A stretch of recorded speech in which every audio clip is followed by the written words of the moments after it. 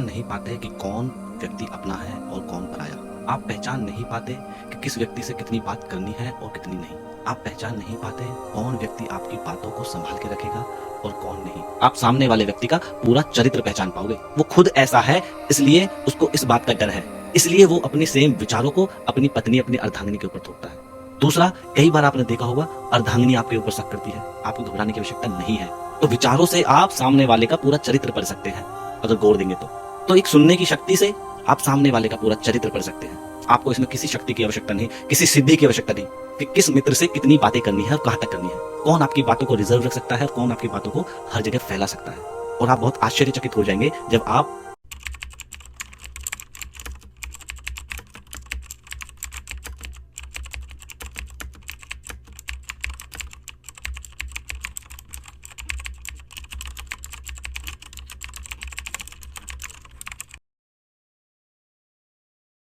भैया जी, अक्सर लोगों को पहचानने में बहुत भूल हो जाती है, जिससे हमेशा लोग मेरा फ़ायदा उठा लेते हैं। मैं समझ नहीं पाती कि कैसे उन लोगों को पहचानूं जिनसे मुझे दूर रहना है। कृपया इस बारे में कुछ बताएं ताकि मैं आगे उनसे सावधान रह सकूं और अपने आप को सुरक्षित रख सकूं। मैं आपकी बात से सहमत हूं कि आप पहचान नहीं पाते कि कौन व्यक्ति अपना है और कौन पराया। आप पहचान नहीं पाते कि किस व्यक्ति से कितनी बात करनी है और कितनी नहीं। आप पहचान नहीं पाते कि कौन व्यक्ति आपकी बातों को संभाल के रखेगा और कौन नहीं। और ये समस्या सभी के साथ है। ज्यादातर सभी लोग इसी तरह की समस्या से जूझ रहे हैं और फिर बाद में पछताते हैं। कैसे पछताते हैं?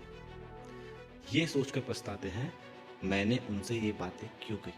आपके अंदर ईश्वर ने अलग अलग तरह की शक्तियां दी हुई हैं, लेकिन आपने उनका इस्तेमाल तो दूर, आपने उन्हें कभी देखा तक नहीं है। यहाँ आप बिना किसी सिद्धि के, बिना किसी शक्ति के, आपके अंदर एक ऐसा गुण है जिससे आप दूसरों के चरित्र को इजीली पहचान सकते हैं। और आप इस बात से बहुत आश्चर्य होंगे कि बिना किसी सिद्धि, बिना किसी शक्ति के आप किसी इंसान के वास्तविक चरित्र को पहचान सकते हैं। यहां मैं आपके खुद के मनस के अनुभवों की बात नहीं कर रहा। आपके मन से दूसरों के लिए कैसे विचार है वो बात मैं नहीं कर रहा, क्योंकि आपके मनस तो अपने अनुभव ही दूसरों के लिए प्रकट करेगा। अपने अनुभवों के आधार पर ही दूसरों के बारे में बता पाएगा। हमने पीछे भी इस बारे में बात की थी कि हमारा खुद का मनस केवल हमारे जीवन भर के अनुभवों के आधार पर हमें विचार देता है, और वो सही होते हैं या गलत वो दूसरी बात है। लेकिन मैं यहाँ इसकी बात नहीं कर रहा हूँ, मैं यहाँ किसी और गुण की बात कर रहा हूँ। मैं यहाँ अपने मनस के अनुभवों के आधार पर विचार की बात नहीं कर रहा हूँ, बल्कि इसके लिए तो मैं आपको एक कथा सुनाना चाहूँगा ताकि आप लोग समझ सकें। एक बार भगवान इंद्र को लगता है कि पृथ्वीलोक के लोग, मनुष्य उनकी पूजा नहीं कर रहे हैं, वो किसी और देवता की पूजा करने लग गए हैं। ऐसा उनको लगा इंद्रदेव को। और इंद्रदेव को क्यों लगा? क्योंकि उनके मनस ने ये अनुभव फील किया। अब वो गुस्सा कर जाते हैं। जब उन्हें गुस्सा आता है तो वो मेघदूत को बोलते हैं कि भाई वर्षा नहीं करनी पृथ्वी के ऊपर। दिन बीते, हफ्ते बीते, महीने बीते, साल बीते, पृथ्वी पर भयंकर अकाल पड़ गया। जन जन त्राही माम करने लगा। तभी नारद जी पृथ्वी से होते हुए इंद्र देवता के पास पहुंचते हैं और बोलते हैं कि हे इंद्र देवता, हे देवराज इंद्र, आपके ये अनुभव, आपके ये विचार बिल्कुल गलत थे कि पृथ्वी लोक पर मनुष्य आपकी पूजा नहीं कर रहा है, बल्कि वो तो आपके लिए एक विशेष पूजा का आयोजन करने जा रहे थे, उसकी तैयारी में लगे थे। तो इससे ये सिद्ध होता है कि आपके जो विचार मन में आते हैं वो केवल आपके पर्सनल अनुभव के आधार पर आते हैं, और जिसमें आपके हमेशा गलती करने के या गलत डिसीजन लेने के चांसेस ज्यादा होते हैं। आप अपने आसपास देखें कि आपने अपने मनस के अनुभव के विचारों के आधार पर कितने लोगों को दुख पहुंचाया, कितने लोगों को पीड़ा पहुंचाई, कितने लोगों से संबंध खराब किए। और ये सभी किया केवल आपके विचारों के आधार पर कि आपके मन से कुछ अनुभव आए और आपने वो डिसीजन ले दिए।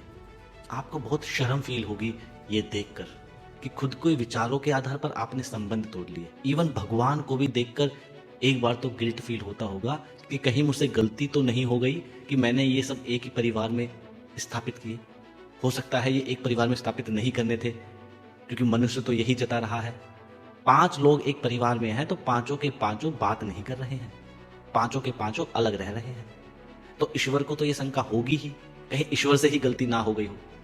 अपने आप को बदलें, बहुत शर्म की बात है ये। आप कोई भगवान नहीं हो, आप कोई ईश्वर नहीं हो कि आपके मन में जो विचार आया वो सत्य ही होगा। आपके विचारों का तो कोई आधार ही नहीं है। आपके विचारों का आधार है आपका पिछला जीवन। अपने पीछे का जीवन देखें और समझ लें कि भाई इतने पानी में हैं आप।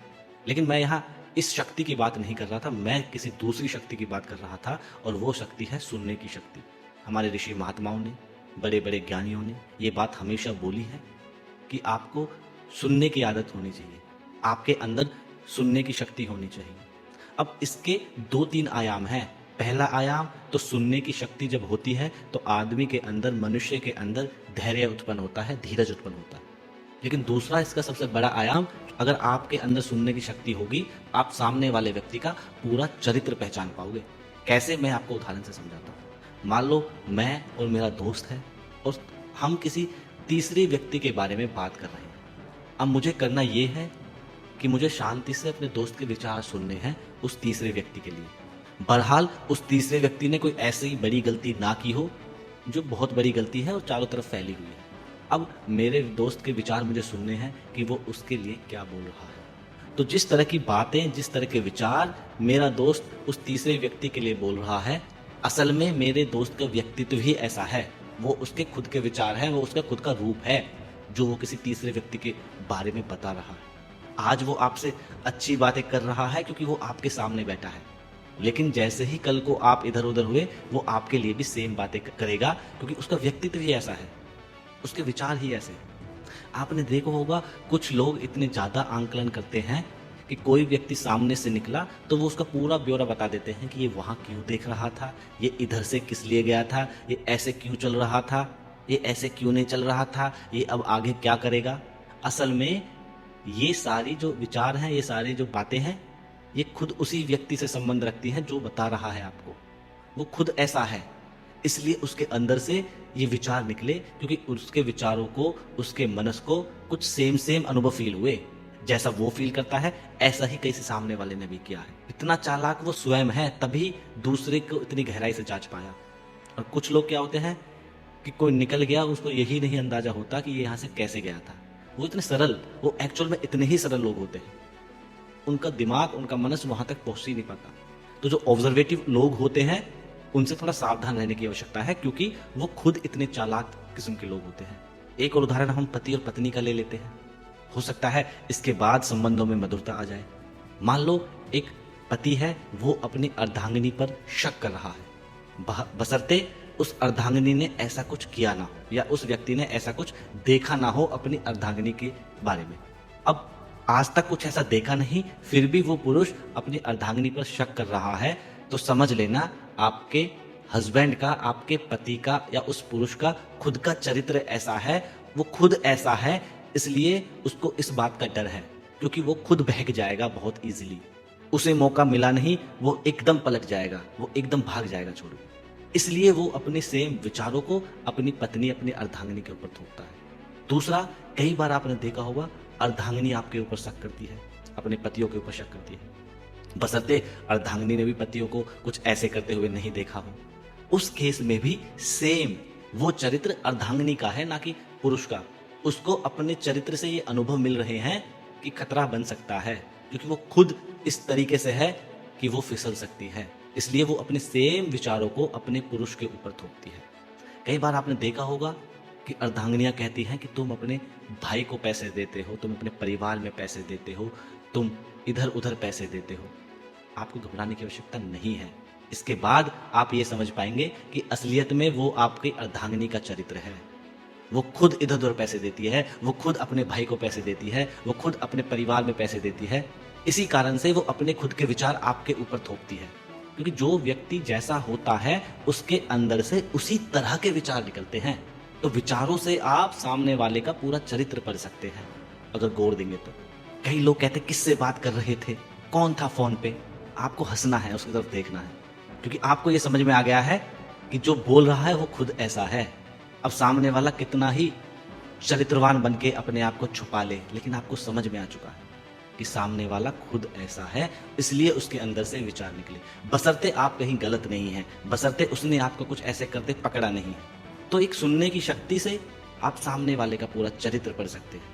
आपको इसमें किसी शक्ति की आवश्यकता नहीं, किसी सिद्धि की आवश्यकता नहीं, बस थोड़ा धैर्य रख के सामने वाले की बातों को सुनना है। और उसके बाद आप ये अंदाजा लगा सकते हैं, ये अनुमान लगा सकते हैं कि किस मित्र से कितनी बातें करनी है और कहाँ तक करनी है, किस दोस्त से कितनी बातें करनी है, कितनी नहीं करनी है, कौन आपकी बातों को रिजर्व रख सकता है और कौन आपकी बातों को हर जगह फैला सकता है, किससे अपनी सीक्रेट बात करनी है और किससे सीक्रेट बात नहीं करनी है, कौन एक्चुअल में आपका दोस्त है जिससे आपके विचार मिलते हैं और कौन ऐवे ही दोस्त बना हुआ है जिससे आपके विचार नहीं मिलते हैं।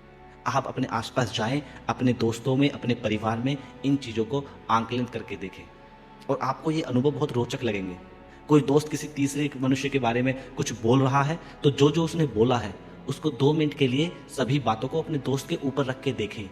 आप ये पाएंगे कि ये बातें तो मेरे दोस्त के ऊपर ही, मेरे मित्र के ऊपर ही सटीक बैठ रही हैं, क्योंकि बात सारी वही है। जैसे विचार आपके अंदर से निकल रहे हैं, आप ऐसे ही हो, सामने वाला ऐसा ही है। आप उसे कितना ही अनदेखा कर लें किसी संबंध का नाम देके, लेकिन वो ऐसा ही है। आप ये सोच लें कि मेरा मित्र है, ऐसा नहीं हो सकता। आप ये सोच लें कि मेरा दोस्त है, मेरा पार्टनर है, मेरा सगे संबंधी है, ऐसा नहीं हो सकता। तो ऐसा कतई नहीं है। जैसे उसके विचार है वो ऐसा ही है। आप कितना ही पर्दा डालने की कोशिश कर लें। उम्मीद करता हूं आप अपने आसपास जांचने की कोशिश करेंगे और आप बहुत आश्चर्यचकित हो जाएंगे जब आप ये अनुमान ठीक ठीक लगा पाएंगे।